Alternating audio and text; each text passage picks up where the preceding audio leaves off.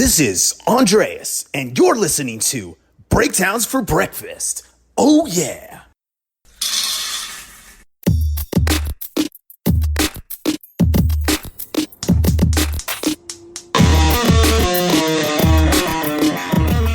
Good morning. Welcome back to another episode of Breakdowns for Breakfast. I'm your host, Danger, and joining me is a fellow that I cannot properly break down an album without, your co-host, Monster. Say hi, Monster.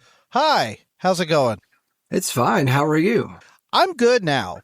I'm good now that I'm here and not driving. I've been driving all day. They changed the roads around my area, and it pisses me off. I got lost, but it's fine. I'm here now.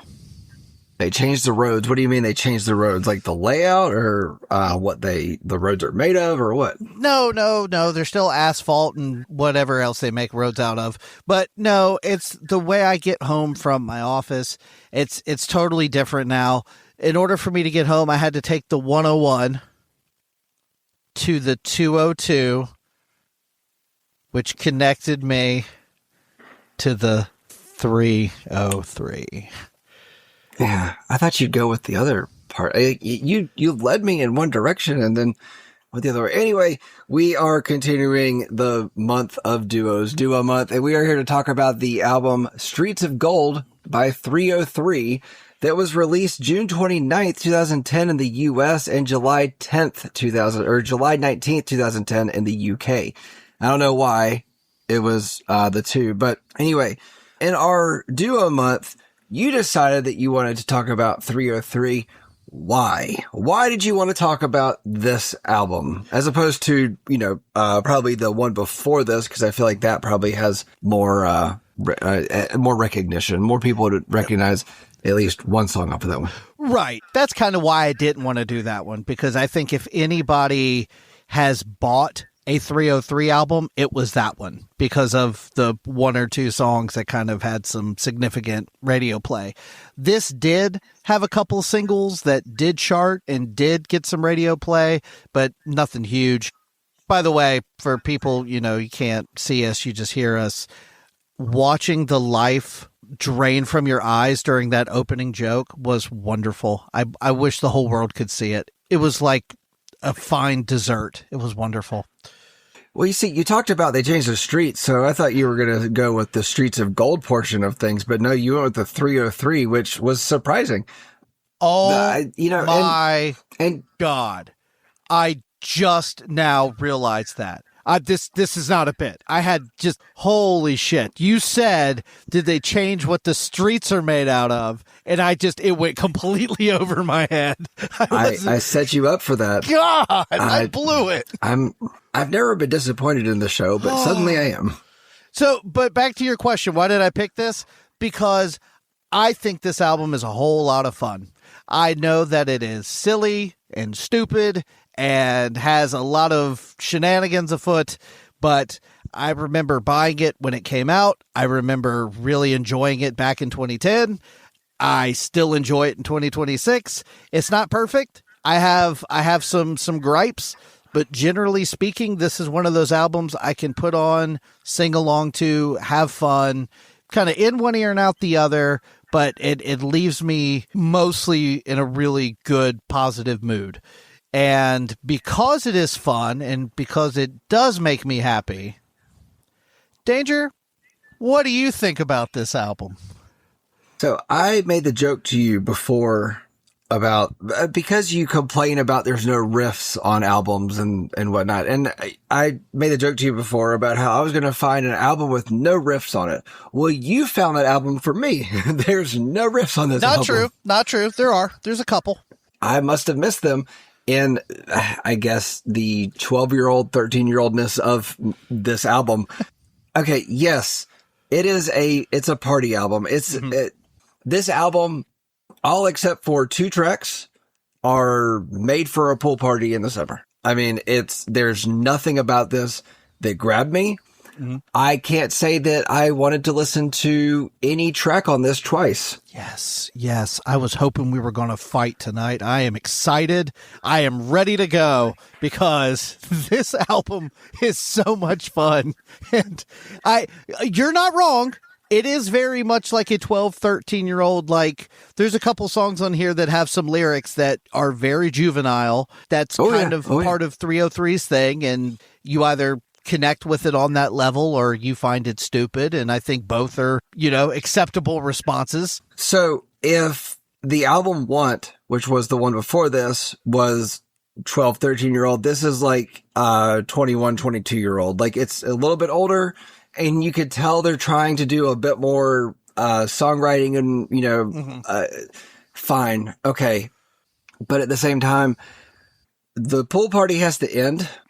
This is the hangover to Want. I like Want. I really do. Want was a fine album, but I don't want it anymore. Okay. So without going back and listening to it, from start to finish, I knew I wanted to do a 303 album, and I was trying to pick which one I wanted. I did go back and listen to Want a little bit, and then also listen to Night Sports and just about everything else they've done, because I've listened to all of them. Like, I own the first 2 or 3 of them. I own this on CD somewhere. I think I like this more than Want. Because I feel like you said, the songwriting, yes, is still silly. Yes, it's still juvenile, but it's a little more clever. It's a little catchier.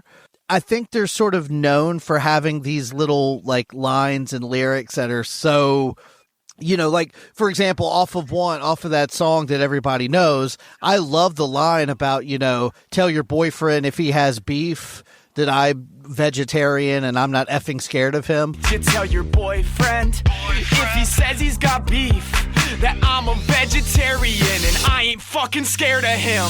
Like, those kind of lines are kind of what 303's known for. And I feel like there's a lot of that on this album, but the production is better, and I think the songwriting is also better. See, I feel like the production got in the way of a lot of it. They worked with some producers that have some credits behind their name, and I can go through those, but I don't know. Okay, so do you know what is behind this album? Like, what their process was behind this album? No. Do you know where 303 is from? Boulder, Colorado. Right. And so they went to Breckenridge, Colorado to write this album. 2 weeks worth of time spent working on this album. And so this album sounds like what people from a landlocked state feels like people listen to at the beach. I don't necessarily get the beach and pool vibe. I got more like frat house, flip cup kind of vibe. They're kind of one and the same when it comes to 303. I mean, I feel like in the Venn diagram of Partyland, frat house and pool party kind of overlap, and with pontoon boat at Lake Havasu. A little bit. Like, there's a lot of lyrics on this album that specifically talk about house parties and partying indoors. Yeah. And there's nothing about partying outdoors or by pools. So I think that's it's cold in Colorado, so they have to be inside. That is true. However, they say write what you know. They do have a couple of music videos for this album, and one of them is very clever, and there is some alluding to pool parties in that music video. So maybe that's where you got that from. I wonder if it's the same one that I watched, but no, that's not where I got that from. I felt that in the album before, because I think I listened to this, probably 3-4 times before I ever watched a video for it. And I only watched the video for one song, so I'm wondering if the one you're talking about is the one that I watched. But we'll get to that. Whether it's at a pool or in a frat house, you're right. For all intents and purposes, maybe minus 2 or 3 songs, this is pretty much just a party kind of album. I was listening to another podcast that compared them to LMFAO, and I feel they like would go on tour together. That makes sense, but I think LMFAO was more of a joke, where I think these guys are a little bit more sincere. Even when they are being self-deprecating and humorous, they still feel authentic. Like, they still, put it this way, when LMFAO was singing "I'm Sexy and I Know It," like, okay, that's like a silly song. There's nothing quite that silly happening on this album. No, and LMFAO would not be as emo friendly as 303 is, because I feel like 303 was one of the hip hop acts that got welcomed into this. They toured Warped Tour emo several times. Yeah. I feel like I actually went to Warped Tour one year when they were there, but I didn't see them because I don't think at that point I knew who 303 was, but I don't know. It's funny. I did not like them at all. Like when I first heard that song, the big one off of Want, it's killing me. What is it? Starstruck? Is that what it's called? No, that was the second one that was also big, but wanna touch me, woo, and then it touch you, doo doo. Yeah, whatever this. I'm having trouble remembering what it. Yeah, whatever it's called.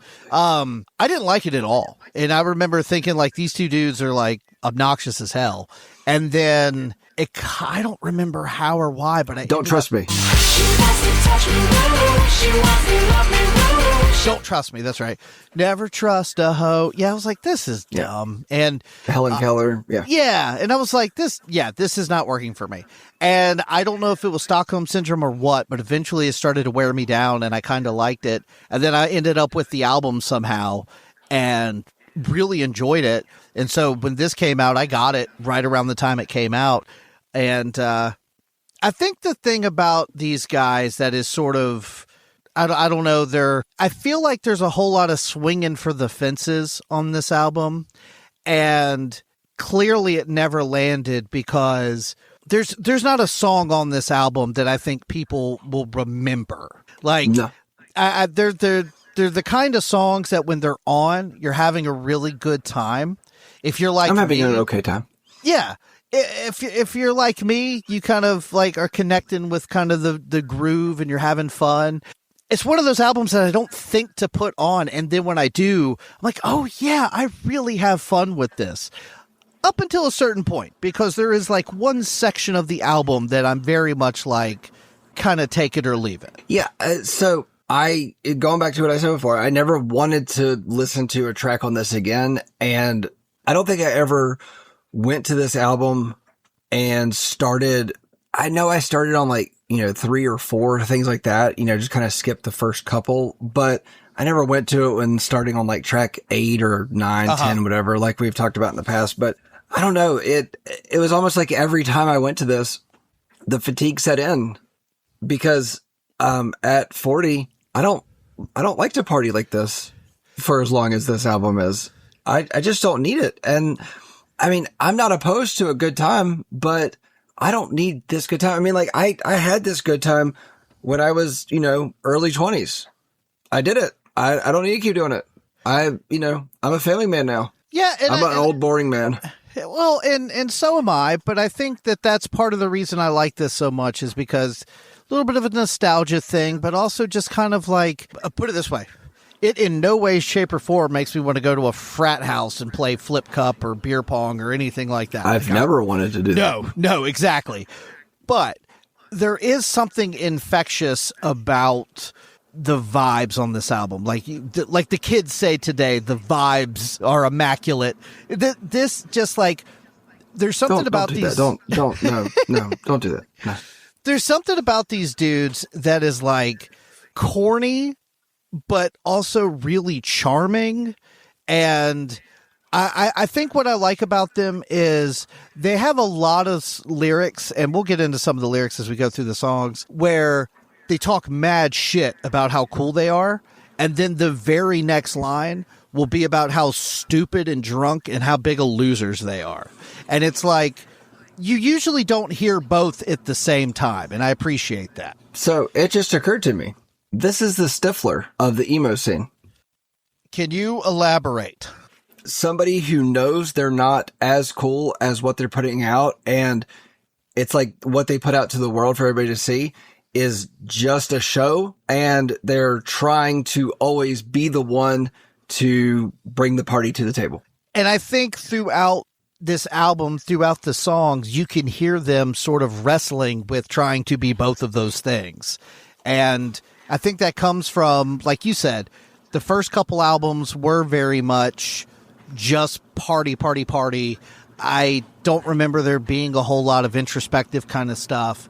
But then on this one, they do dip into that a little bit. They're a little bit older. There are definitely songs that are just straight up party anthems, but then there's also some more little, like I said, a little bit more sincere, which, funny enough, I'm complimenting them on that. Those are my least favorite songs on the album. Like we talked about before, what you like about a band or an artist. I don't come to 303 for the introspective emo pop jam. Like that's not what I want. So I appreciate the fact that they're doing that, but I definitely, those are the weaker moments on the album for me. Okay, so let's talk about this, like how it came about. All right, so I said before that they were in Breckenridge, Colorado for 2 weeks, and they kind of just secluded themselves off I'm pretty sure most bands or groups or whatever do. They close themselves off to the outside world when they're recording something new. Fine. After 10 days, they had written 15 songs, and then they immediately flew out to Los Angeles to record the album at the recording studio, the Layer Recording Studio, which I've never heard of the Layer. Then they worked with 4 different guys as producers. So Matt Squire, who, if you've never heard of Matt Squire before, he has worked with Panic at the Disco, Ariana Grande, Sabrina Carpenter, Demi Lovato, Selena Gomez, Kesha, One Direction, Charlie XCX. So he has and then Hollywood Undead, Neck Deep, and Sum 41, and a bunch of people. So then they also worked with Benny Blanco, which I don't know if you know who Benny is, but I've actually known who Benny is for a while. He actually married Selena Gomez recently. Yeah. Okay, I was going to say, I know the name. I couldn't tell you anything he's done, but... Yeah, he's produced and co-written songs for a bunch of people. Ed Sheeran, BTS, Eminem, Justin Bieber, Halsey. Mm-hmm. He was in a couple episodes of that show, Dave, on FX, which was a great show. It was Little Dicky's show. This is a lot of fun. If you haven't watched it, you should. I got some thoughts on Little Dicky. No, that's fine. But then they also worked with Dr. Luke, which, considering his name is, just going to spell it, Lukaszz, Sebastian Gottwald. Yeah, I'd go by Dr. Luke as well. Anyway, Kelly Clarkson, just a single Since You've Been Gone, Katy Perry song, a Pink song. But he's not produced, from what I've seen, he's not produced albums, just songs. Yeah, and he don't do nothing anymore, cause he got into some trouble. Well, I don't know the whole story, but him and Kesha, you can look it up. There's some stuff about him kind of forcing. Oh, he got sued. I see it here. Yeah. Him and Kesha, it was a big deal a couple years ago, a big lawsuit. Matter of fact, Kesha sort of disappeared for a little while, and she came back with some more like soulful, like real grown up kind of songs. And a lot of that was her kind of dealing with some of the pain and stuff. I don't know exactly the extent of the abuse. I don't know if it was physical, mental, both, whatever. But yeah, it took a toll on Kesha, and she's like just now kind of getting back to her old, TikTok kind of self. Just looking over it as you're talking about it, it was all of it. Yeah, I think that was, yeah. And it looks like she sued him, or the suit, he alleged that he drugged and the big 4-letter R word on 2 different occasions. Yikes. So, yeah. Not a cool dude. Yeah. Anyway, then they also worked with Greg Kurstin, Kylie Minogue, Sia, Kelly Clarkson, Halsey, Jonas Brothers. So it's like they got mostly pop producers for this album, which makes sense because it's a pretty poppy album. Yeah. But here's a pop sounding album. Let's put it that way. Yeah. So I think here's where I think this is part of the reason I find these guys so interesting. After Want, they had a hit single. They had a second song that did really well with Katy Perry. And so I think everybody in their camp thought, okay, the next one is the one. So they got the biggest producers around. All those names that you mentioned are more popular than 303. Like every one of those artists you mentioned, far more of a household name than 303 ever became. And so that's what I mean. I feel like this album swings for the fences, and I kind of connect with it, but obviously the mainstream like music followers did not. And so I kind of like trying to figure that out. Like, okay, so you've got all the pieces in place. Why did this not blow up? It was successful. There is a single off this album that did very well, but you ask somebody on the street, hey, have you ever heard of Kelly Clarkson? They're going to say yes. You ever heard of Kesha? They're going to say yes. You ever heard of 303? Maybe. Right. I mean, 303 was really, like, I feel like they were really big in like 2008, 2009. And it was because of Don't Trust Me. But I feel like they kind of faded out after that. And okay, fine. You know, it's not the first time we've picked an album to talk about on the show that's not the best or the biggest album by a band. Sure. And I think so, okay. I think ultimately what kind of hurts them is what you said earlier, as far as being sort of like alternative but pop, and it's sort of it's not easy to kind of walk that line. I think Panic at the Disco is probably the best example, or maybe Paramore, of sort of being able to do both and making both groups happy. I feel like 303 was kind of doing both and just alienating both sides. Like the hardcore emo kids were like, this is too silly for me, and then the like pop really catchy side of things are like, these guys are too silly for me. Like, it's just like, yeah, well, I mean, you can play Kelly Clarkson in the car with your mom, but you can't play 303 in the car with your mom. No, not usually. Unless your mom, 'cause not a normal mom, I'm one of those cool moms. yeah, because I mean, it's a lot easier for your mom to sing "Since You've Been Gone," and it's not so easy for your mom to say or to sing "Don't Trust a Hoe." In February 2010, they recorded 25 tracks for this album. Now, I wonder if the other ones that aren't on this album are a little bit better. I didn't go listen to them. Now, I see that they have released quite a few versions of this album, quite a few, things of this one. Mm-hmm. Fine. But this is what you gave us. So this is what I'm going to judge you on. Mm-hmm. Mm-hmm. All right. And so then I don't know. I feel like when I was researching this and putting it all together, there was a bit of information that popped up where it was like, it kind of placed everything timeline for me, because Streets of Gold was streamed on their MySpace page before it was officially released the following day. Yeah. When I am researching albums for the show and I come across something that says that they did something to their MySpace page, I'm like, oh yeah, it hurts. Tom. It really hurts. Oh, Tom was everybody's first friend. But then they, to support this album, they went on tour. The tour was called Too Fast for Love Tour, and they toured with Cobra Starship and Travie McCoy. Do you know who Travie McCoy is? Oh, yeah. Gym Class Heroes. Yeah. Yep. I think that was our third episode. I don't know. Oh, God. Yeah, it was early. It was when we were still not good. Not to say that we're better or we're good now, but we're better. You think this is bad? Yeah. If you think this is bad, go listen to it. Yeah. Anyway, let's talk about the two people in 303, since this is duo month. Right. There are only two people in the band. Only two. Or in the group. So, Nathaniel Mott, who is the taller one with long hair. Mm-hmm. And then Sean Foreman, who is the shorter guy. Looks more frat boyish. Yeah, he really does. Nathaniel is sort of a kind of an awkward looking guy. He sort of looks looks a lot like a clean-shaven Danger, if I'm being honest here.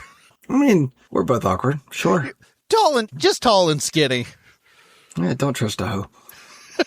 Okay, so if I was really struggling before we sat down to record with what do you want me to say about this, because I don't feel like this is the kind of album that really, does well for a show like ours where you're analyzing every bit of it, because there's not little musical changes in a lot of the songs. I mean, there are some, it's really lyrical content, but I don't know. I don't have a lot more to say about 303.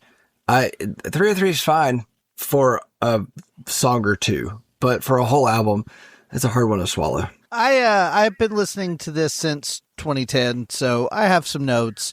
But you're also not wrong. I mentioned this in my closing statement. This is not the kind of music that is meant to be overanalyzed and scrutinized. But that doesn't necessarily mean that it's not worth listening to and discussing, because There's a lot of great music that is meant to be easily digestible and, moving on. I mean, you're not going to find, if you want to go back to, like, yes, there are some deeper meaning behind some stuff off of Thriller and off of Material Girl and, like, these huge Mariah Carey stuff back in the day, like these huge pop records. But they're still designed to just kind of be earwormy and make you feel good and get in and get out. That doesn't mean that they're not important records and worth talking about. Did you just put Thriller and Material Girl in the same conversation? Because Thriller is in a league all of its own. Yeah, I'm sorry. I'm just struggling with that. Because you, as a fellow Michael Jackson fan, I feel like you would be like, list other albums besides Thriller in there. But I understand what you're talking about. Yeah, I don't necessarily mean that I would put them in the same category as far as my tastes. But as far as just being huge, impactful pop records from the 70s, 80s, 90s, and 2000s, it's sort of like, no, those songs, a lot of those songs on those records are not deep, philosophical, like whatever, with lots of tempo changes and stuff, but they were important to the musical landscape of everything. I'm definitely not saying Streets of Gold is. Don't get me wrong. I'm not saying that it is.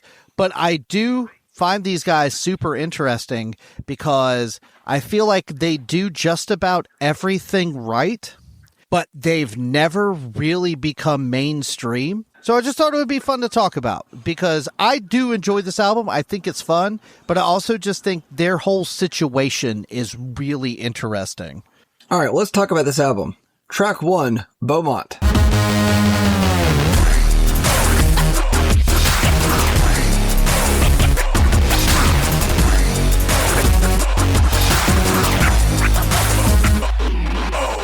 If you're going to introduce yourself to an area, you may as well go ahead and introduce what you're here to do, which they're here to party.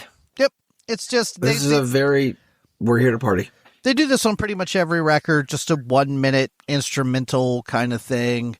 And it's fine. It's the kind of thing, like we talk about, you could picture them walking out on stage while this is playing to kind of get the crowd a little hype. And then, yeah, it's just a little minute long intro. Okay. Track 2, I Can Do Anything. Anything I want. It's golden now. Why would I slow down? I could be your dad. Actually, I probably am. I could drive a Ferrari or be fixing a Trans Am. I could write bad checks. All right, so this was released on June 8th. They released most of these songs for this album before. So June 8th, which is actually Danger's birthday. Aww. In 2010, how old would you have been? Okay. I see the steam 15, coming out of your ears. I'm sorry 15. I asked. 15.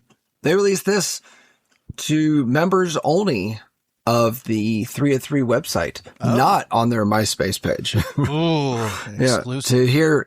To hear I Could Do Anything, you had to be a member. You couldn't do anything. You had to be a member. Yeah. Anyway, so I kind of felt like this one was to go along with what you were talking about before about the whole, like, they're a bit ironic within themselves. But I feel like this was we're ironic, but also not really. Like, this is who we are. It's one of those songs where they basically, like, a typical rap song where you basically talk about just like how badass you are.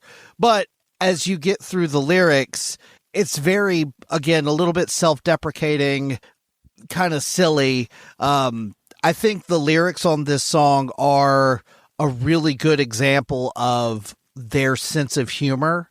And if you're having fun with it, awesome. But, like, I could also see you not thinking this is fun. You know what I mean?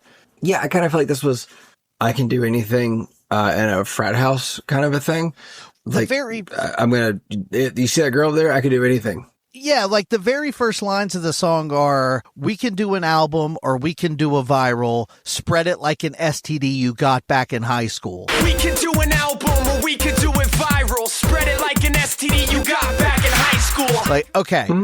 So you're already kind of like, oh, okay, I gotcha. And as the lyrics go on, there's a lot more of that. I love the beginning of the second verse where he says, I can be your dad. Actually, I probably am. I can drive a Ferrari or be fixing the Trans Am. I could be your dad. Actually, I probably am. I could drive a Ferrari or be fixing the Trans Am. It's like, also, Yeah. when you listen to the song, the delivery on some of these lines is fun too, because there's a lot of parts where he kind of like pauses or kind of like, there's one line about being a stoner where he's like, or I could be a stoner and, oh shit, I forgot. I could be a stoner or shit, I forgot. Like, like that kind of a thing. And I find that a lot of fun. Yeah, no, I mean, I get it. It's fun, but I Can Do Anything should have ended at 2:16. It goes on for too long.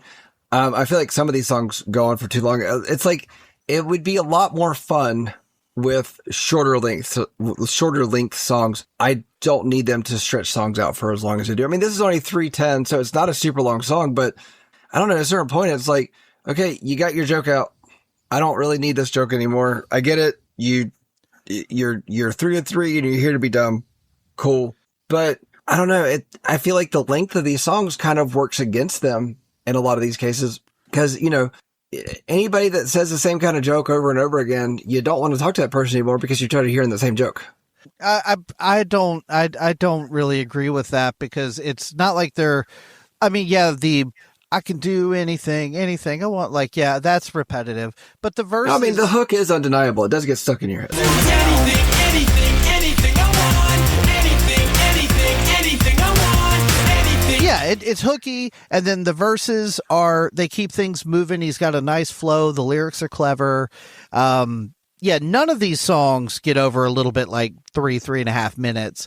I don't think it goes on for too long. I think it's pretty much the right amount. I feel like if it went on any longer, we would be getting kind of, but right at 3 minutes, nah, I think it's fine. I think it's a fun, technically there is a intro, but this is the first track. I think it's a good first track.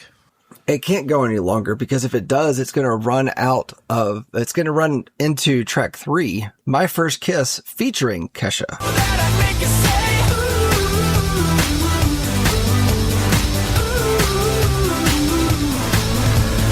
My first kiss went a little like this. Which I did think it was kind of interesting, and I think about it now, and not knowing beforehand, but I thought it was interesting that Kesha was on this when she had the lawsuit against Dr. Luke, and maybe Dr. Luke didn't work on the song, I don't know. But I do know that the song was released on their website May 3rd. Yeah, I think the lawsuit came later. I think that was... Okay. I feel like the lawsuit was in the 2015, 2018 range, I think. Fair. Yeah, that would make sense, considering when Kesha disappeared and right, whatnot. And, right. Yeah, anyway. So this was probably the biggest song from this album. For sure. And it's a simple, easy to chain along with song. But at the same time, I don't really feel like Kesha got as much time on this as Kesha should have had. Agreed. Mm-hmm.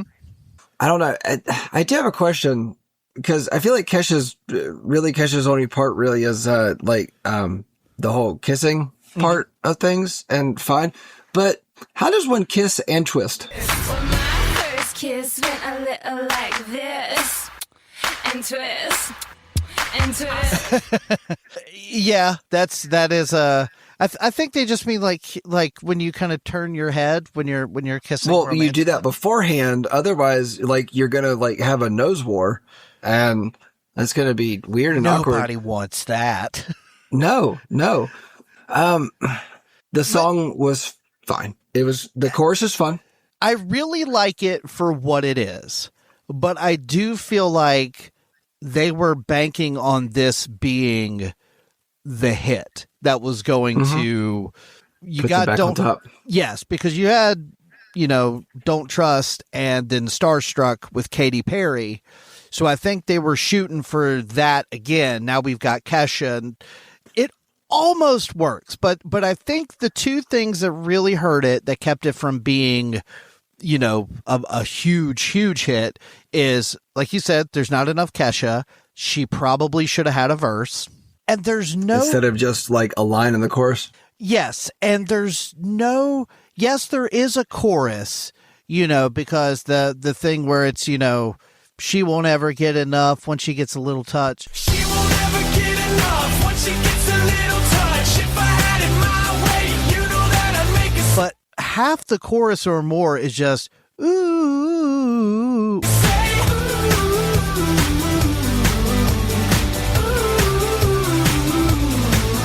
Which, don't get me wrong, I think sounds good and I think it's catchy. Like, it doesn't have a big something you can really sing along to. Like, for as silly as it is, don't trust a hoe. Like, that's real easy to sing along with. Whereas the Christina Aguilera ooh ooh oohs is a little bit trickier. So I think that those were just like, I think it's fun. I have a lot of fun every time I hear this song. I have a good time with it. But I think that those are the things that kind of kept it from getting higher. I think it got to number 9 on Billboard, which is, hey, that's still damn fine, impressive. That's better than we're doing. So far. But we're not on Billboard at all.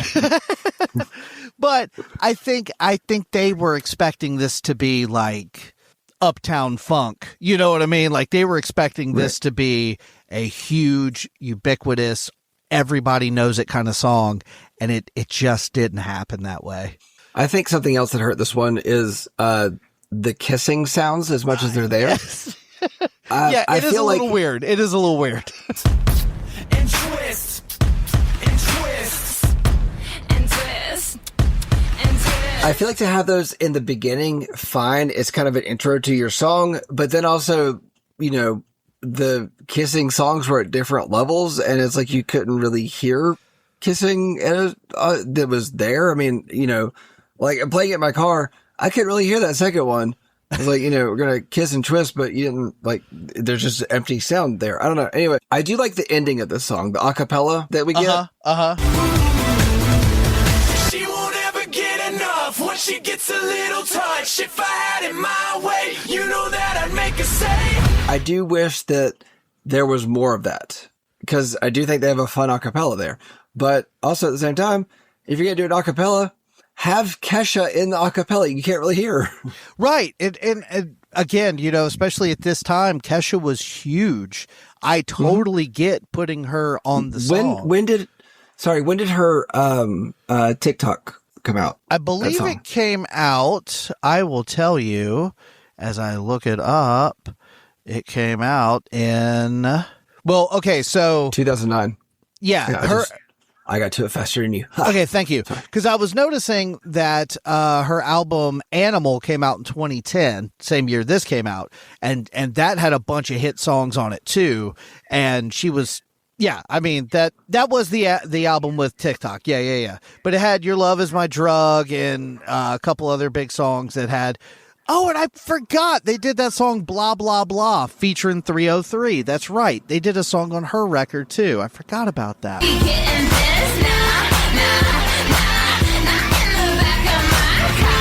But yeah, so she was huge at the time. So it makes perfect sense that they would, try to do a song with her. Just, that she's underused here. Like, I really feel like she should have had a verse, should have been louder in the mix. So I do have complaints, but for what it is, what we have on this album, I do like this song, and I think it's a lot of fun. All right, let's move on to talk about track 4, Deja Vu. Mr. Bartender, you will kick me out. And the blonde girl in the back, you'll put your tongue down my mouth. And the greaser in the jacket. This song was released on June 1st. So this one was June 1st, the other one was June 8th. Like, I think they were releasing like one song a week until the album came out, starting at some point. I don't know. I had those notes somewhere, but I don't care enough to go look at them. Okay, so I could probably relate to this song more than the rest of the album, just off of the lyrical content. Like, not that I've done everything that they talk about here, but this was, 23, 24 to me is like, this was kind of what I was doing, because at that point, all I cared about was just partying and having fun. Mm-hmm. I think this is another really good song as far as like a pop song. To me, this is one of the better ones off of this album. I think this one's a whole lot of fun. I think This is one where I think they do a good job of having verses that have some clever lines. The chorus is very catchy. There is a little bit of like this build throughout the song, because like when it first starts, it's mostly just like drum, bass, and vocal. Hey, Mr. Bartender, mix me a drink. I really need something to tell me it's okay. And as the song progresses, it gets a little bigger. Definitely some tambo in there. Heard some tambo. I was wondering if you were going to hate that or not. but it's appropriately mixed tambo, so I'm okay with it. And like I said before, I came around on tambo a while back, and I realized that it's when tambo is mixed on a hot mic, and that's where it becomes a problem. Because I'm pretty sure this is one of the songs that, Benny Blanco or whoever worked on, and they were like, no, we're going to pull the tambo back. It's still going to be there, but it's not going to be up front and center to where it hurts Danger's ears. They were thinking about me. This is what we call tasteful tambo. Mm-hmm. Yes, tasteful tambo. So, okay. I do like the rhythm that he has in this song. And, there's a lot of places in this album where I feel like they wrote the lyrics and they figured out the delivery. They wrote them without the delivery in mind. This one, I kind of feel like they had, the feeling of it as they were writing it. And I like that about it. Like I said, I've not done all these things before. Like the line where he says, I'll be creeping out the window at the first sight of day. And I'll be creeping out the window at the first sight of day. No, I've not tried to get out the window. I've left respectfully. It's, I thought it was a fun song, and the thing is, like, on the surface, it's just fun. But if you start to go too deep into it, it's like, you're trying to find deeper water where there just isn't any. Yes and no, because for me, the second verse of this song is a perfect example of what I mean by kind of being fascinated by these guys. Because you're right. I think we're both right. This is a fun, catchy pop song. It's very easy to nod your head along to and sing along to. But the beginning of the second verse is, Mr. Bartender, you will kick me out, and the blonde girl in the back, you'll put your tongue down my mouth. Mr. Bartender, you will kick me out, and the blonde girl in the back, you'll put your tongue down my mouth. Okay, so now we're cool, right? We're partying so hard, the bartender and making out with chicks. But then the next line, and the greaser in the jacket's going to pick a fight, and he'll probably kick my ass because I'm drunk every night. And the greaser in the jacket's going to pick a fight, and they'll probably kick my ass because I'm drunk every night. That's not fun.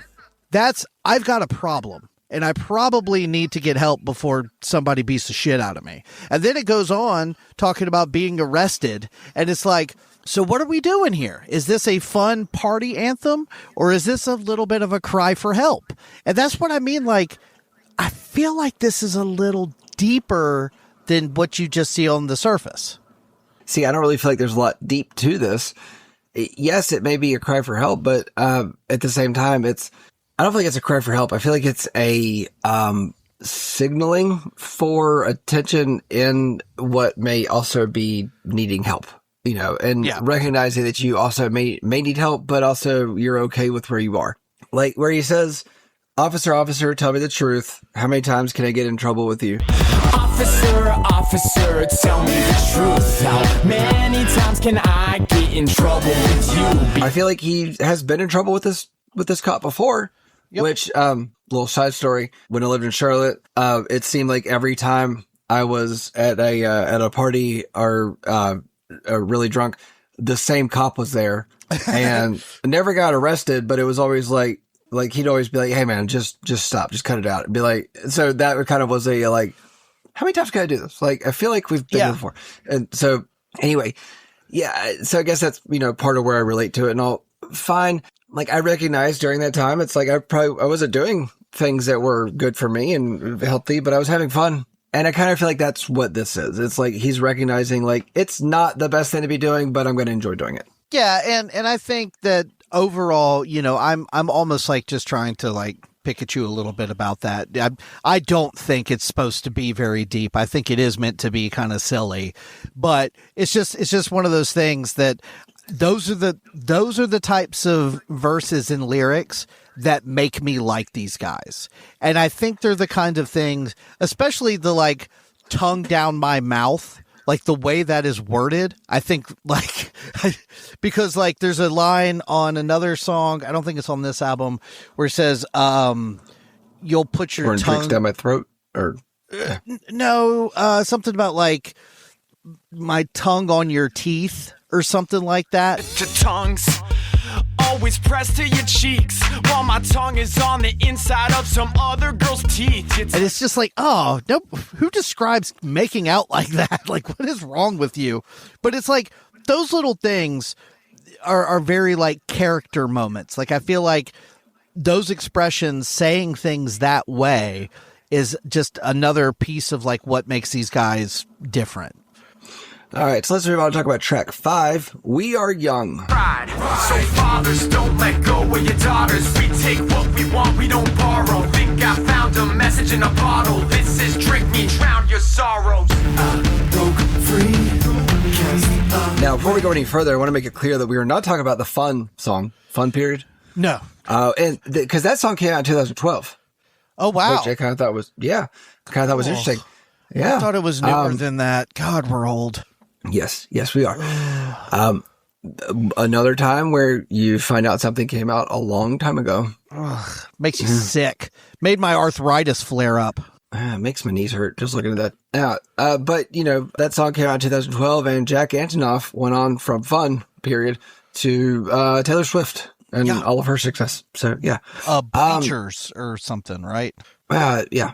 So anyway, okay, I feel like this song is the same idea as the Fun Period song, and I'm going to go with Fun Period because their punctuation. No, please stop saying Fun Period, because I don't think if we have any female listeners, I don't think they appreciate you calling anything a fun period. At least I'm not going to go with like fun menstruation. Okay, I gotta go. That's fair. I gotta leave. That's fair. I understand. Okay, so I do feel like this is the same idea as that song, even though that Fun song was not a happy song, and this one sounds much happier. But also at the same time, it's just kind of, this song reminded me of being old. Okay, so I was just getting ready to say, 303 is still around. They still tour. They still put out records. I would like to think that if they do this song live, they sing "We Were Young" instead of "We Are Young." Right. Yeah, because they're not young anymore. In fact, when I didn't really see 303 around for a long time, and then they popped up, and that Emo's Not Dead guy, what's his name, Matt something.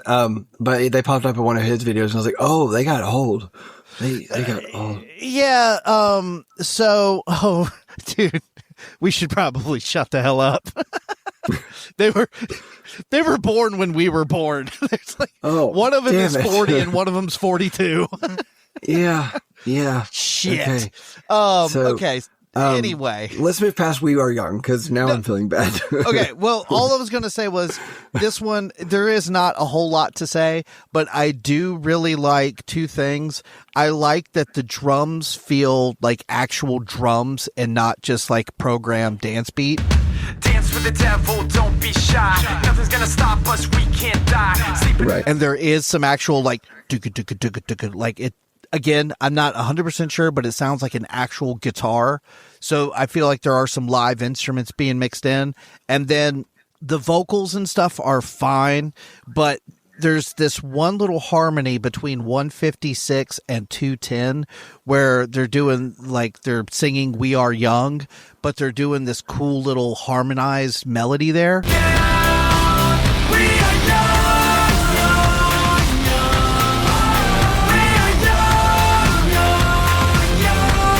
That section's a lot of fun. I like those two things about it. This is not one of my favorites, but it's a fun one. No, I do like his distorted vocal that we do get. I didn't get a timestamp on where the distorted vocal happens, but I did think it was fun.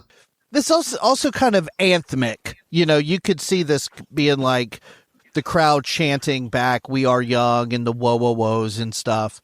It's not my favorite, but I get it's a fun one.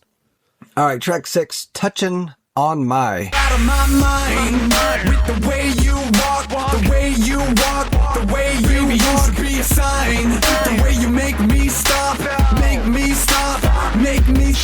Cause some like fast. Okay, so this one, May 18th, 2010, and it was released exclusively on the iTunes store.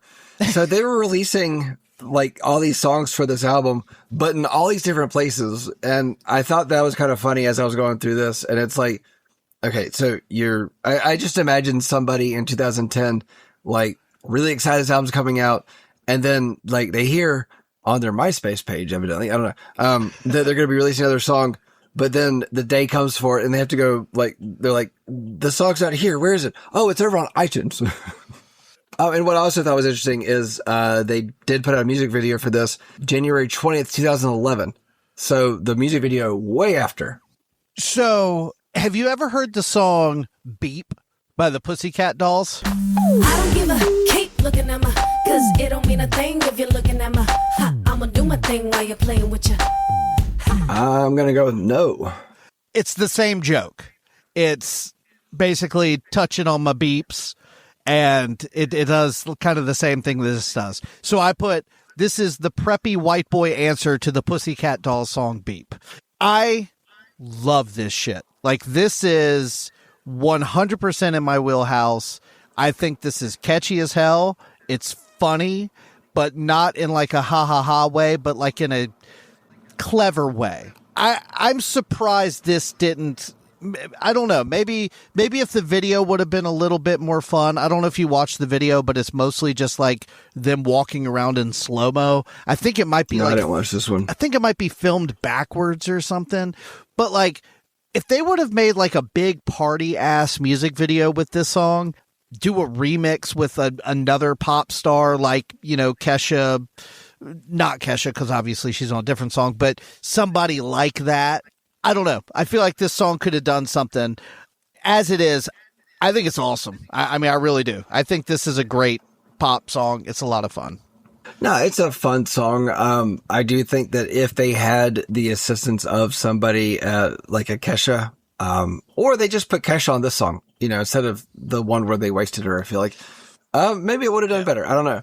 But I don't know. I kind of feel like this was their like shock value song for this album, like the most shock value, to the point that what I did think was what was funny is as I was listening to this album, I was looking at the lyrics to different songs and, you know, went to lyricgenius.com and Oh boy. most of the song, like almost every line has stars in it, which I've never seen like this site edit itself to any extent. But yeah, I just thought it was funny that there's just stars constantly. It's like wherever they would put, it's always 4 stars too.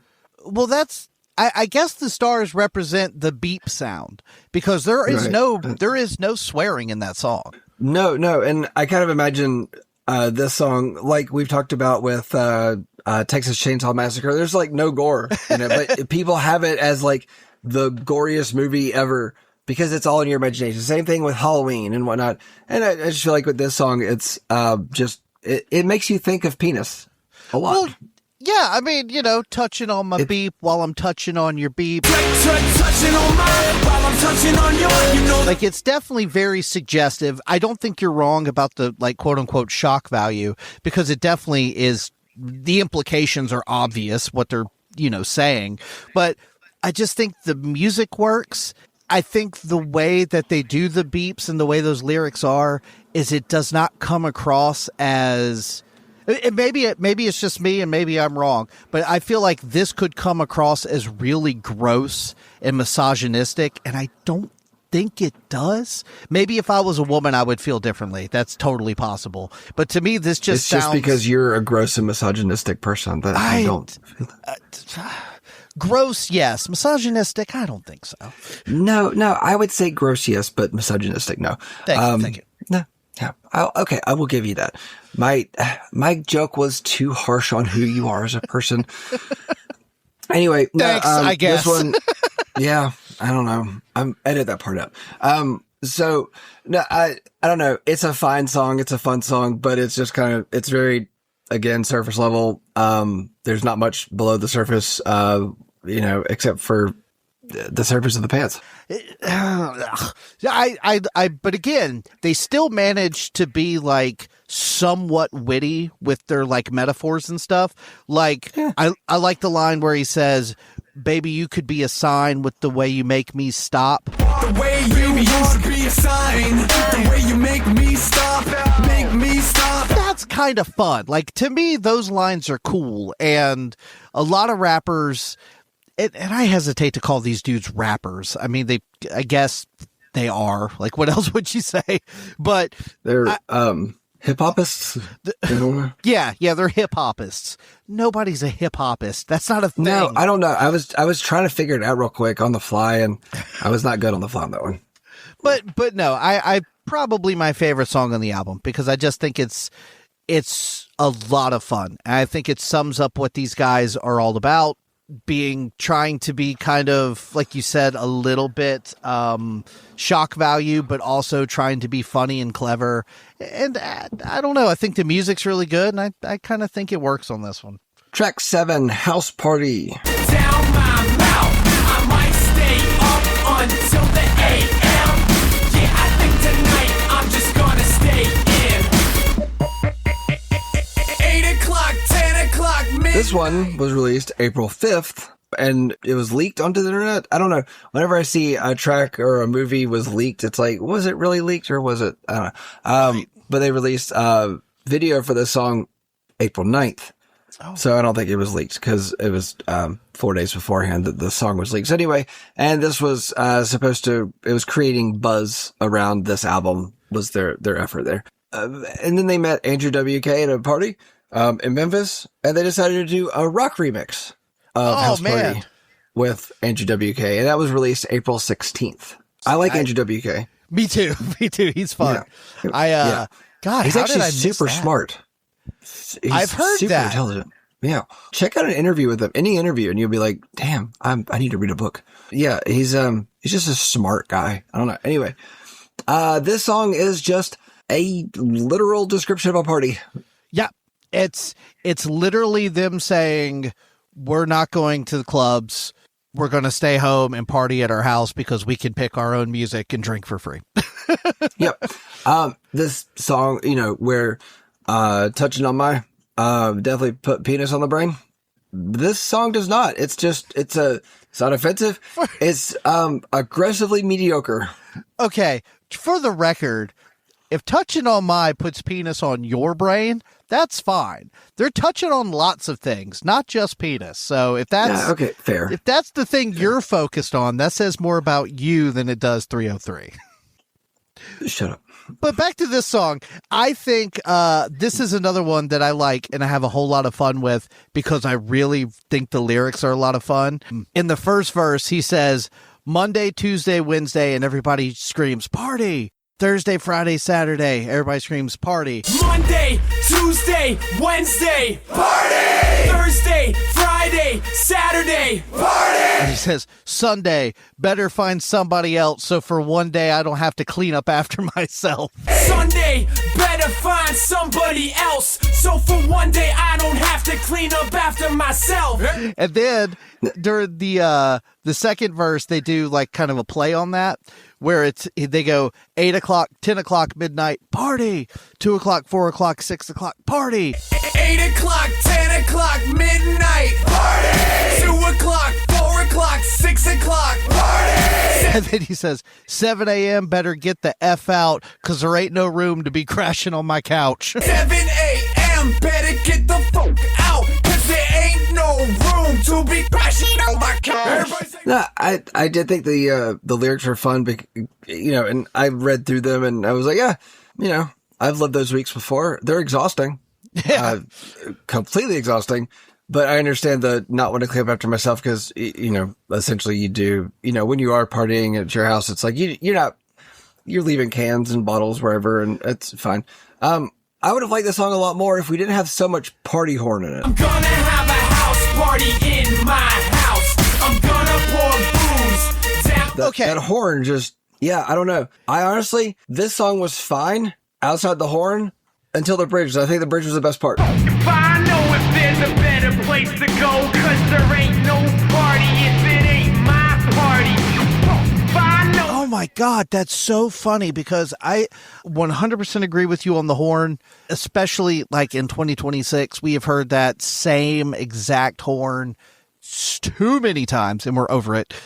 Maybe in 2010 it wasn't played Exactly. out yet. So, exactly. you know. So the bridge thing with like the guitar solo and stuff.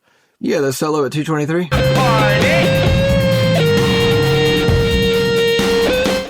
Ugh, that's The rough. weak solo.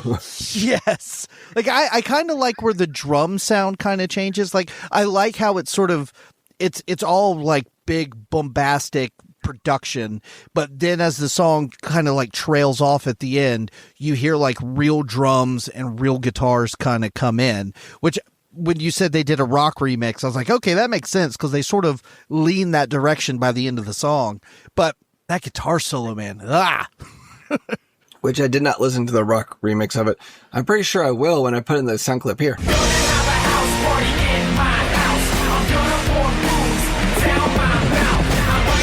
I want to listen to it. I'm shocked I didn't know that existed. Well, you'll hear a like 7-second clip of it when you listen to this episode. Track 8, Good. R.I.P. R.I.P. You and me. I count the empty bottles upon the bar, but I give up, I can't count that. So they try to slow things down a little bit, which fine, because every party needs you put on the song for people to slow dance to, and for a song for time for touching on my. You were touching on my beep, and now we're just like in a hugging, loving embrace. We're only touching each other's backs as we hug. This analogy is not working how I thought it was going to. So No, let's but it's just fun to move watch on. you struggle. It's bad. You said what the streets are made of, and I did not get it. I should have known. I should have known from the beginning that I was going to struggle tonight. No, and I feel like you and I do pretty well with working off each other. And audience, I have no idea what he's ever going to go into those with. And so I was just winging that, and I fed you something, and then you went hard the other direction. Hard the other way. So if you have turned this episode off by now, I cannot blame you. Hey, If don't you put have this not, all on me. I appreciate it. You've been talking about penis for the past 20 minutes. You're the one that screwed the joke up from the beginning.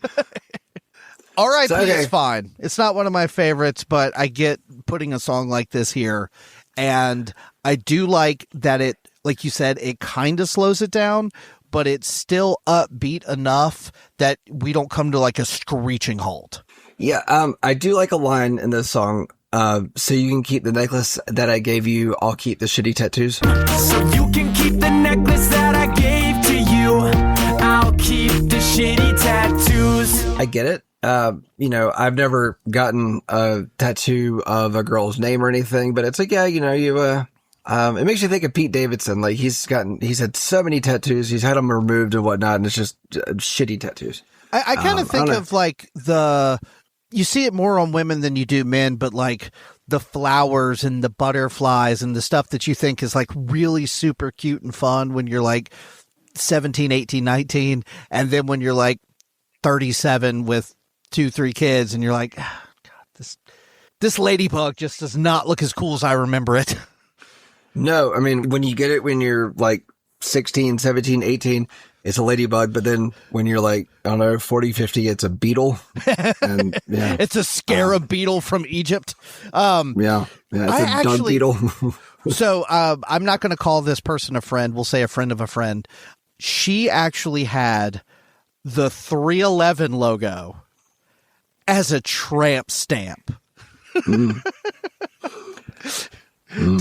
Dude, I tell you what, man, you know how I feel about 311. Don't do that. Tramp stamp it. Do not do that. Do you think the guys in 311 were really happy it happened in September and not March? That's not funny. That's not funny. Don't do that. The one part about this song that I do really like, I don't love the chorus. I feel like the lyrics in the chorus are a little clunky and the chord progression is very tired. It's the same pop chord progression of 75,000 other songs. I can see it from the other side. The grass is in oasis green. The house is burned to ashes. I'm no longer in between. But I really, really like the harmonies at 242. In the back of the car, on the way to your home, in the pouring rain, on the side of the road, in the light of the They sound really sweet. It feels, put it this way, this is not my favorite flavor of 303, but this feels very sincere. Yeah, I don't know. I thought the tone shift was interesting, but it's like they couldn't not party it on some level. Mm-hmm. So, I don't know. Track 9, I Know How to Say. 'Cause I know how to say love in different ways. Oh, stumbling on the streets of Berlin. Now, do you know where this song was in the media zeitgeist? So I don't, but I have in my notes that this song seems like it was designed in a lab to either be a hit on radio or a staple for TV commercials for places like Great Wolf Lodge. That's fair. Okay, so this song was actually used in the trailer for Disney's Mars Needs Moms. There it And is. then, Yeah, that checks out. There's a piece of this was actually an instrumental version of the song. A piece of the instrumental version of the song can be heard on the Mars Needs Moms website, which I didn't even know that maybe had a website. But okay, so the lyrics in this song feel clumsy. I got a date in San Jose. I got a flight that I gotta take tonight. 'Cause I got plans in Tokyo, Japan. It kind of feels like this was one of those times where they wrote the words without a thought about delivery. And there's an organ line in this song. Narrow, wake up next to Pharaohs, hungover in Cairo. Sleeping in, it's the weekend, New Zealand, and then it's back to When I heard it, I was like, what is that organ line? Do you know what the organ line is from? I don't. It's an organ line from Smash Mouth's Walking on the Sun. be out tomorrow, but if we are for shun, you might as well be walking on the sun. Smash Mouths, not Mouths. Yeah. Mouthuses. Yeah. Smashes Okay. mouthuses. If you have more than one foot, it's feet. So If it's you have more than Meath. one mouth, is it meath? It's yeah. Meath. Okay. So, The little bass line at the end of the choruses where it does that do, do, do, do, do, do, do, do. I always think of the Munsters. I didn't pick up on that at all. I'm not going to doubt you there, and I'll hear the bass line when I edit this episode. Okay, so I genuinely like the chorus on this song. Genuinely, I do. I gotta go now. I really wanna stay. Yes. I do not like the verse. The verse feels clumsy, but the chorus is fun, and the bridge is fun. But outside of that, the song's Smash Mouth. No, this song, like I said, this feels like it was designed to be like, especially the chorus, like with the whoa whoa woes, the tambo, the guitar. That's another thing. You want to call it a riff? Yes or no? We're splitting hairs, but that dun dun dun dun dun. Dun, dun, dun, dun, dun. Like this has almost like a garage rock feel to it. And yeah, this 8, 9, 10 tracks into your album, you give us something like this. I love that because you just gave us a little bit of a slowdown and then you pick it right back up with this high energy rock song. And I think it works. I agree. The verses are a little bit clunky. One more funny sounds like you mentioned the bridge, like where they're talking about like all the different ways to say I love you. Te amo, I love you, je t'aime. Everywhere I go, I always say the same thing. In Russia, Japan, Brazil. There is a Danny Go song, which for our listeners that don't know, Danny Go is a fantastic children's performer. You should go back and listen to my second breakfast about seeing him in concert. Anyway, he has a song where they teach kids how to say good morning in a bunch of different languages. So now every time I hear this song, I think about that song by Danny Go. Okay. Oh, we are getting old, aren't we? Yeah, we are. We definitely are. All right, track 10, Double Vision. Let's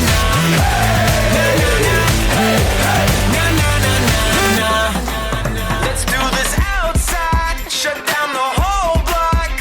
Watch the girls strut by like it's a cat. I don't want to talk about I Know How to Say again. We're going to talk about Double Vision, track 10. Yeah. All right, and so this song was released June 15th.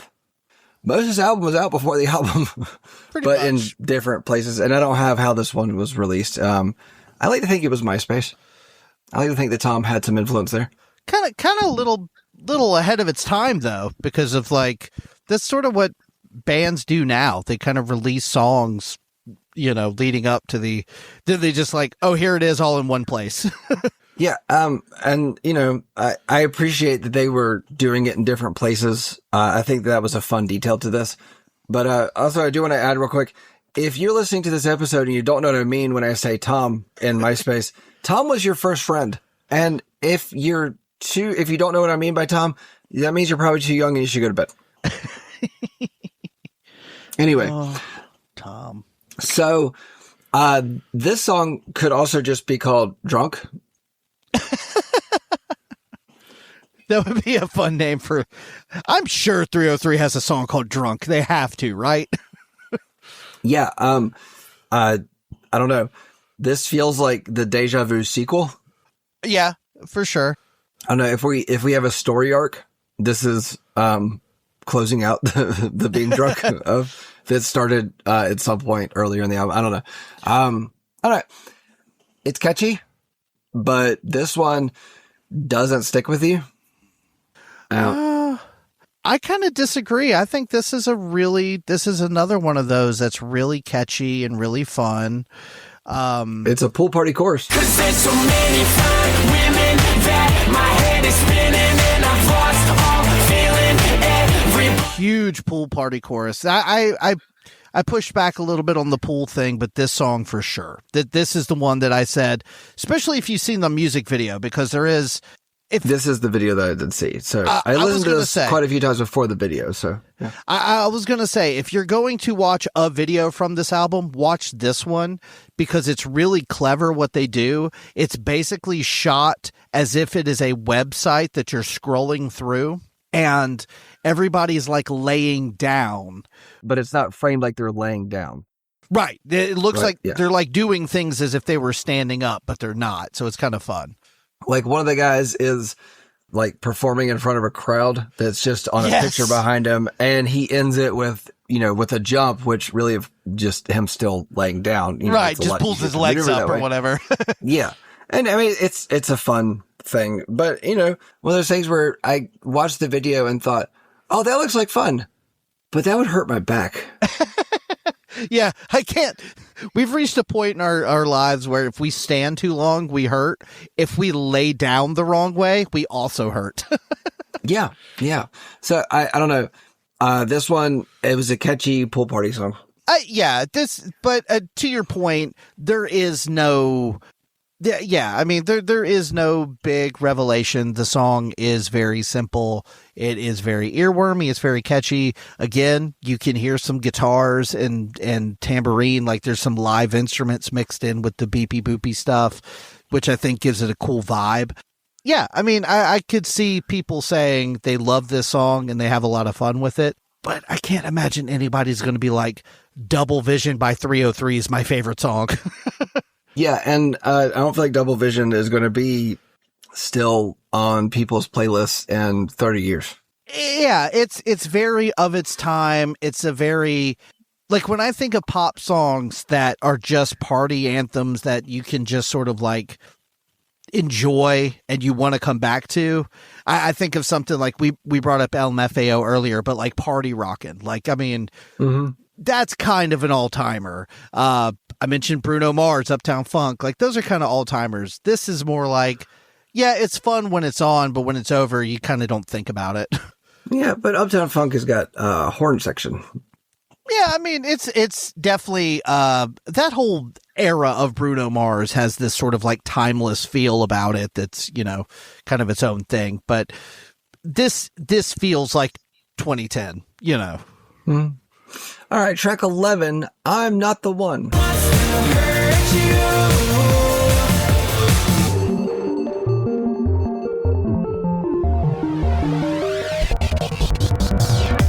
You're way too young to be. So I feel like this was actually one of the few songs off of this album that feels more of like in the songwriting direction. Like it feels like this was more of a thought out venture in this album. So these next two songs are kind of like not for me. Like this is the little section Oh yeah, no, of this the is album. not your vibe. Yeah, I like, here's what I wrote in my notes. I never really liked this one. It sounds very sincere and emotional, and these dudes are totally allowed to have songs like that. They just don't work as well for me. And that's, like I said, when I want to listen to 303, this isn't what I have in mind. That's not to say it's bad, but it's just, yeah. Yeah, it's not bad. He's not a terrible singer. He should do it more. You know, I know I don't have their names memorized, and it's the short frat guy, Sean, that's doing the sing. Sean, yeah, he's doing the singing here, and he's not a terrible singer, and he's been more of the, you know, the hip hop, you know, the rapper and whatnot, and the tall guy's been the singer. Sean's not a terrible singer. He should do it more, but I don't know. I can hear the potential in it, but it's just not quite there. Like I wanted to like this one more than I did. I just, in the end of it, at the end of the song, I just went, I don't know. I like the ending the best off of this one. Yeah, it does have a really powerful kind of outro with some harmonies and some piano and stuff. I'm not the one who wants to hurt you. I'm not the one who wants to hurt you. It's just, yeah, it's something else about these guys. I agree. I think Sean is a really good singer. Nathaniel's a good singer too. He has a deeper voice. I would like to hear some more actual harmonies. Like I would like, and maybe that's just something that they don't really mess with because why? You know, that's not their jam. But I think like on a song like this, if they sang together some, you could really have some powerful deliveries there. But for what it is, this kind of gave me, not really a 1-for-1, but kind of like an Owl City kind of dancey emo kind of feel. Again, which is totally in their wheelhouse. You know, you talked about touring with Cobra Starship. Like, yeah, all that checks out. But yeah, this just isn't like my flavor of 303. No, that's fine. All right, let's talk about track 12, Streets of Gold.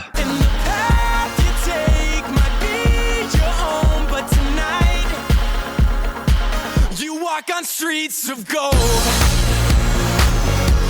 on streets of gold.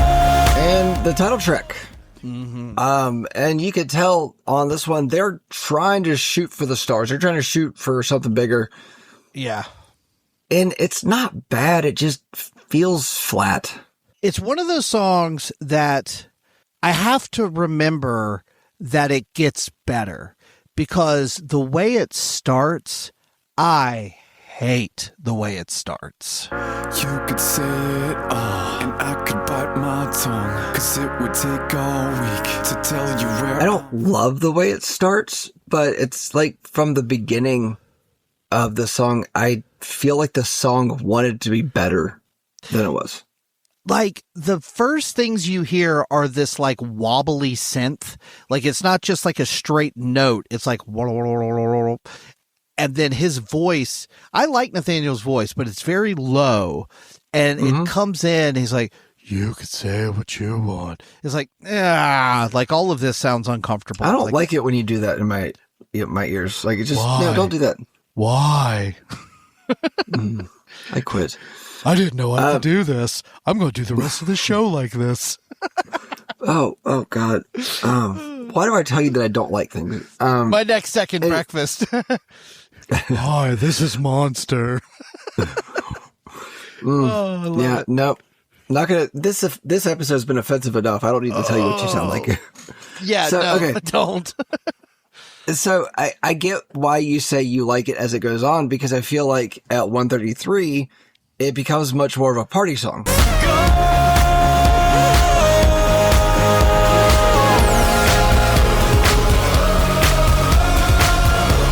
like the beginning of the song was much more of, kind of pairing up with track 11 and, kind of complimenting it. But then at 133, it does go back to that party sound because 133 to 150 is just party noises. That's it. Yeah, there's some whoa whoa whoas in there that are kind of catchy. Just there's also this like around 39 seconds. There's this little synth riff that's like, and it's almost like the exact same little synth riff from a song off of Want. And I think that was a cool little callback to kind of put the two there. High above the ground. High above the ground. But yeah, still though, this is very similar to I'm Not the One and R.I.P., where it's like, I get it. It's cool. It's fine.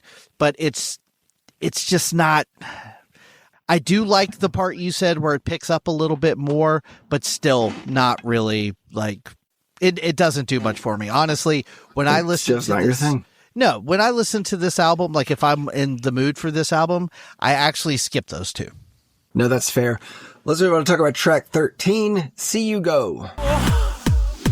I'm leaning on a pool cue. I'm aiming for that black ball. 'Cause tonight there ain't no last call.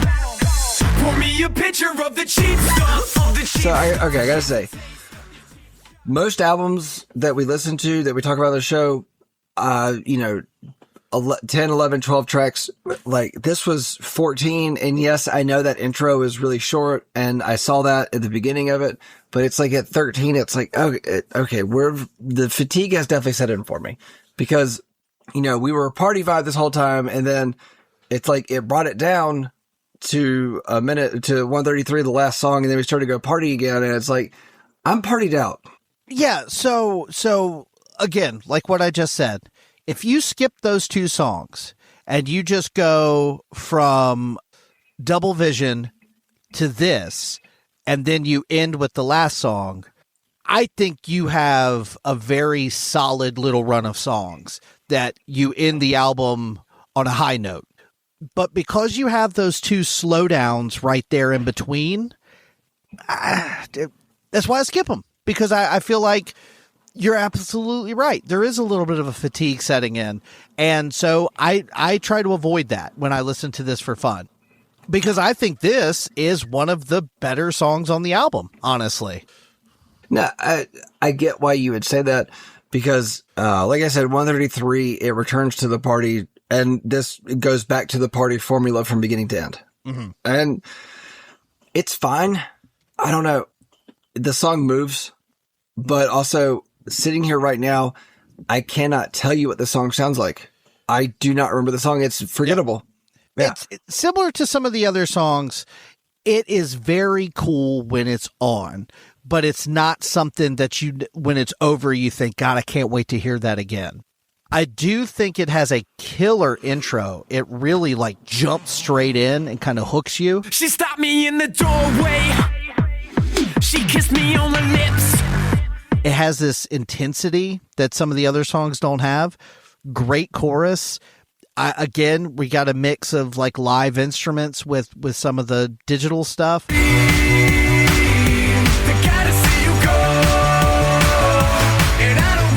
I think the song is a ton of fun. I just think it feels funny coming after those other two songs.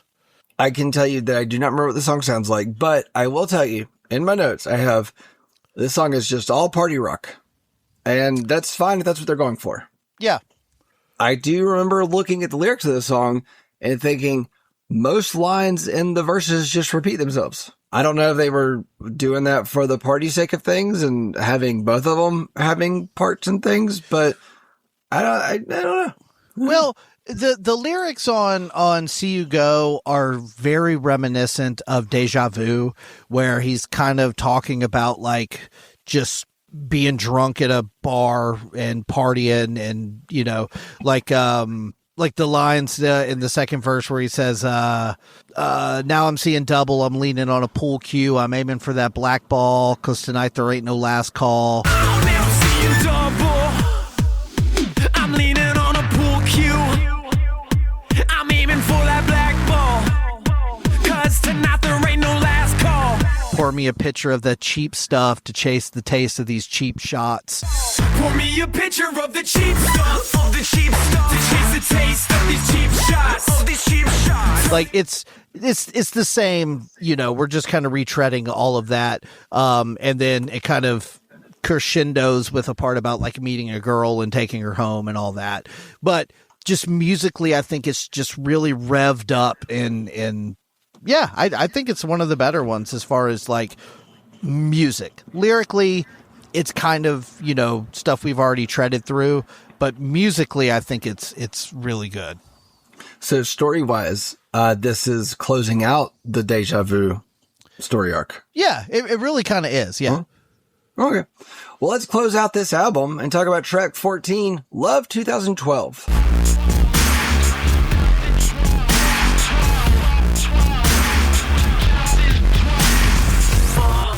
On the screen, I got a new disease, searching for your soul. So that was interesting. They wrote a song called Love 2012 when this album came out in 2010.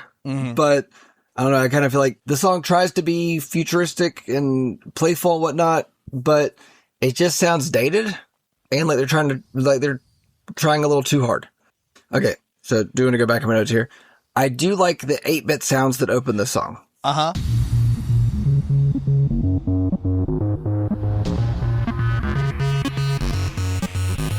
That is a fun opening. I did like the song off of this album. This song had a few here or there that I was good with, but this one I liked. I genuinely liked the song.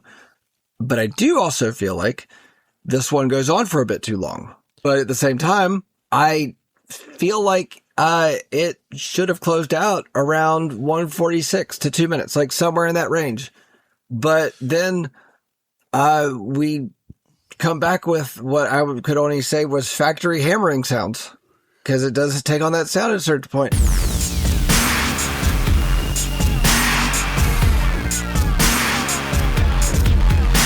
And then it starts to bring in these like super reverbed 80s drums. I know I'm jumping like to the end. No. Yeah. Because I have in my notes, the bridge almost sounds like if John Carpenter scored a steel factory.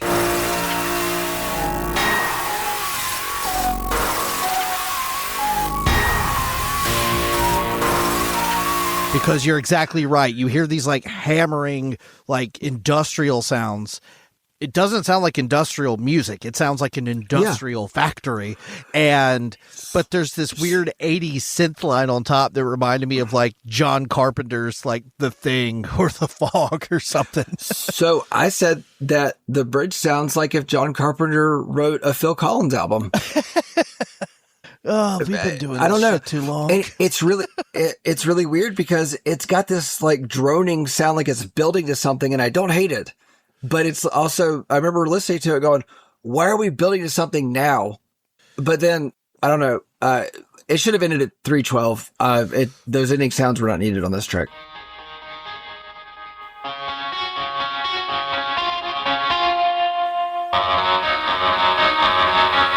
Yeah, and what I will stick to that. Yeah, and I guess if it quote unquote built to anything, it builds to a little clip of the intro of the album. So I do kind of like that it sort of like connects itself back. It doesn't loop, like it doesn't like go back that way necessarily. No, but it doesn't. Especially since that intro track is the 303, right. party song. Yeah. I like this as a closer. Like to me, this makes sense as the final song because it does. Also, I really do like the line where he says, "This is me. I love myself. F everyone else." This is me, I love myself. Yeah, fuck everyone else. I think that's a good line that, people should take to heart sometimes. Yeah. F everyone else. This was just a fun song. I do feel like this sounds like they were trying a bit too hard up until like the 1:46 to 2 minute range. And then I feel like at that point, it kind of became this is the song, the kind of sound they wanted to make kind of a thing, more than just party rock, party time. Yeah, like to me, this is the best kind of bridge of those songs like I'm Not the One and Streets of Gold and something like Deja Vu or whatever. Like it feels like I would have been more into those slower songs if they had more of this vibe, because at least this vibe still has some energy to it. If it had more of a factory sound. Yeah. Yes, I want to picture like steel workers hammering hammers and sheet metal and stuff for sure. I know what I said. I know what I said. Yeah, okay. Monster, let me ask you a question. What's new with you? Hey, hey, good looking. What you got? Cooking. There really ain't much. Nah. So I'm just going to say touching on my, Let's just show, cause I want you to know, girl, I gotta go. because I like that song a lot. And it does have like a little bit of a flow to it. A lot of these songs have sort of like a little pinch of like rap rock to it. Nothing is new metal. And touching on my is probably my favorite song. So I'll say that. Danger, what's good? I feel like this album should be a fun album to play in the kitchen, but honestly, it just was distracting, and I had a hard time focusing on what I was doing. Or this, it was just party noise, and that was too much. So I'm gonna go with Love 2012. Yeah, that doesn't surprise me. Nah. All right, and to close this out, I'm gonna guarantee you're gonna be higher than me. Oh, absolutely. 100%. And I think I have one of my shorter closing statements. Oh, good, because I think mine's kind of a little longer than usual, so that works. Okay. This album is a time capsule of late 2000s party pop, and it has not aged well at all. Streets of Gold is loud, catchy, and designed for immediate gratification, but has a hard time making any impact. When it works, it's fun. Unfortunately, it feels repetitive, and it feels stuck in the last album. If you go in expecting chaotic party playlist from the summer of 2008, you will not be disappointed. I like a good time. I like a good time better when it's graduated high school. I gave this album a 4.71. That's not as low as I thought it was going to be, so I appreciate that. I'm glad I could subvert your expectations. I don't know. Mustard, give us yours. Another thing, we just like... I don't know if it's because we've just been doing this for so damn long, but I feel like we sort of go in the same direction with some of our like jokes and stuff and our vibes when I don't expect that we would. Like, it's okay. Anyway, you'll see what I mean as I read through this. Okay. All right. If you are looking for deep, soul-touching pop music that will stick with you forever and be the soundtrack for your life, buddy, you've come to the wrong place. 303 is simple, sometimes silly, usually pretty catchy, and always a lot of fun. Streets of Gold has some great catchy pop tunes with some clever lyrics and memorable moments. But it is what it is. It's simple pop music made to be listened to and enjoyed, and not overly analyzed or taken too seriously. This is the type of music you hear at a dance club, or more likely a house party at a frat house, with a lot of preppy white kids doing Jaeger bombs and playing beer pong. Or at least that's what 303 hopes for. Unfortunately, outside of one or two songs in particular, I feel like 303 is mostly overlooked and kind of underrated when it comes to fun, albeit somewhat immature pop music. This album has a few bangers, a couple of solid pop tracks, and a few less than stellar moments. I still enjoy the majority of it, and the songs I don't love as much usually zip by fast enough that it doesn't even bother me. If you like the dancey music that makes you feel good, that you can kind of turn your brain off to, this is a good album for that. And at 40, often stressed out of my damn mind, sometimes that's exactly what I want. 1 to 10, I said 7. Just straight up flat 7. I was a little surprised by that because I was expecting you to go 6.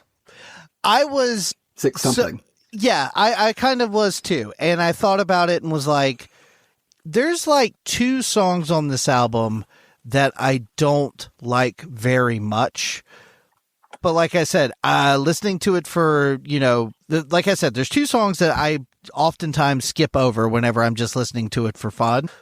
But when I went back and listened to it for this and was taking notes, I was like, these are not bad songs. And I can definitely see why some people would like them. They're just not my cup of tea, but I totally get it. And I'm going to give it some credit for that. So, Okay. So Monster gave 303 Streets of Gold a solid 7, and I gave it a 4.71, which gives it an overall average of 5.855, putting it into the 87th position, just above Zayo and just below Eve 6. Nah. Eve 6, maybe. I could see them on like, put it this way. It would have to be more than just the two of them. It would have to be like them two and then like 2 or 3 other bands from like the 90s and 2000s that could all kind of like Eve 6, Sugar Ray, 303, and Bare Naked Ladies. Like, I don't know. Like, I feel like that would sort of almost work.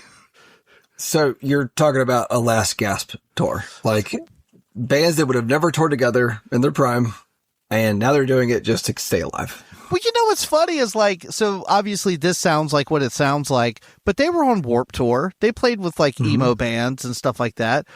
Eve 6 kind of started off as sort of like kind of some punk elements mixed into their stuff. So I don't know. I'm stretching. I know. I'm just saying. I'd like to see them together. I mean, you could buy a ticket, and I'm going to choke on the runs. But not Zayo. No, 303 and Zayo. No. 303 would probably come out hurt. It wouldn't be good. If you disagree with the score that we have given this album, then please shoot us an email at breakdownsbreakfast@gmail.com or head on over to one of our social media platforms, Facebook, X, or Instagram, and let us know what you thought about this episode, or if there's an album that you'd like for us to give the breakdowns treatment to in the future. Danger.